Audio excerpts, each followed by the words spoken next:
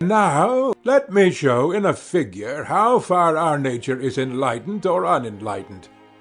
Behold,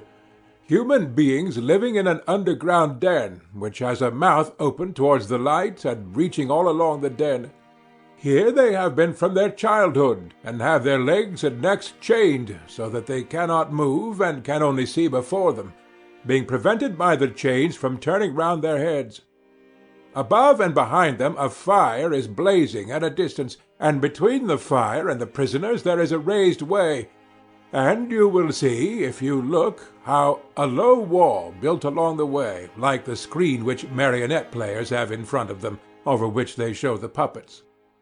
And do you see men passing along the wall, carrying all sorts of vessels and statues and figures of animals made of wood and stone and various materials, which appear over the wall? Some of them are talking, others silent,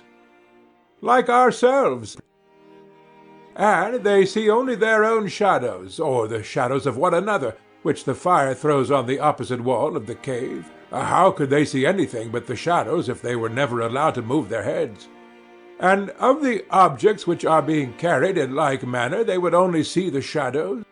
And if they were able to converse with one another, would they not suppose that they were naming what was actually before them? And suppose further that the prison had an echo which came from the other side, would they not be sure to fancy, when one of the passers-by spoke, that the voice which they heard came from the passing shadow? To them, the truth would be literally nothing but the shadows of the images. And now look again, and see what will naturally follow if the prisoners are released and disabused of their error. At first, when any of them is liberated and compelled suddenly to stand up and turn his neck round and walk and look towards the light,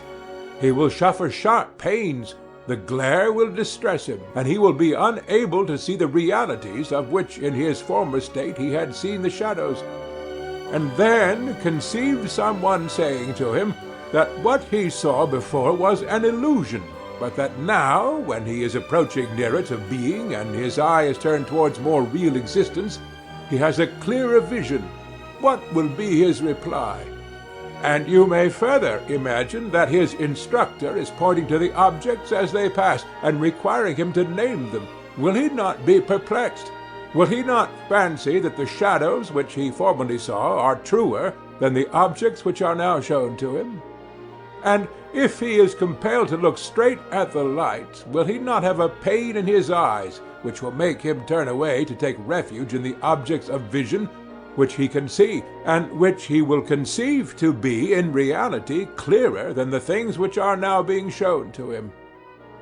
And suppose once more that he is reluctantly dragged up a steep and rugged ascent, and held fast until he is forced into the presence of the sun himself, is he not likely to be pained and irritated? When he approaches the light his eyes will be dazzled, and he will not be able to see anything at all of what are now called realities. He will require to grow accustomed to the sight of the upper world, and first he will see the shadows best, next the reflections of men and other objects in the water, and then the objects themselves.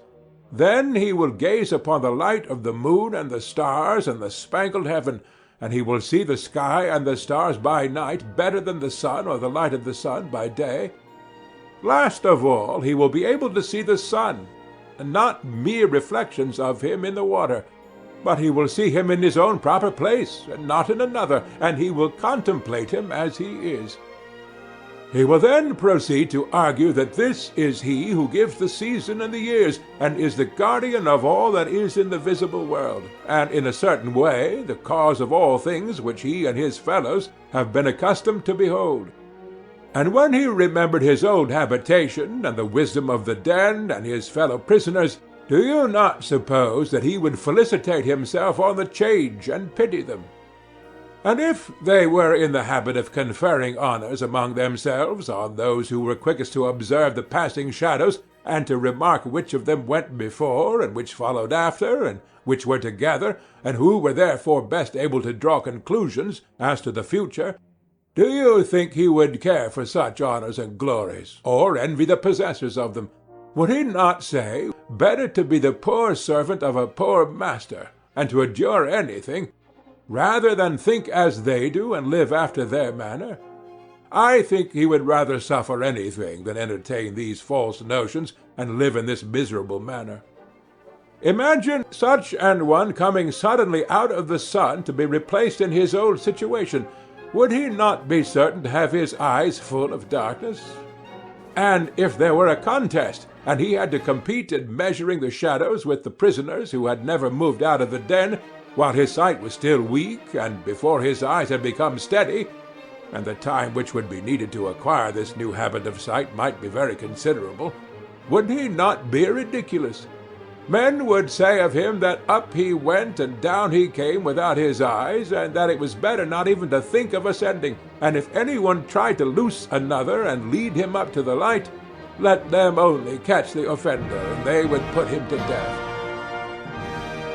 The prison house is the world of sight, the light of the fire is the sun, and you will not misapprehend me if you interpret the journey upwards to be the ascent of the soul, but whether true or false, my opinion is that in the world of knowledge the idea of good appears last of all, and is seen only with an effort, and when seen is also inferred to be the universal author of all things beautiful and right, parent of light and of the Lord of light in this visible world, and the immediate source of reason and truth in the intellectual, and that this is the power upon which he who would act rationally, either in public or private life, must have his eye fixed.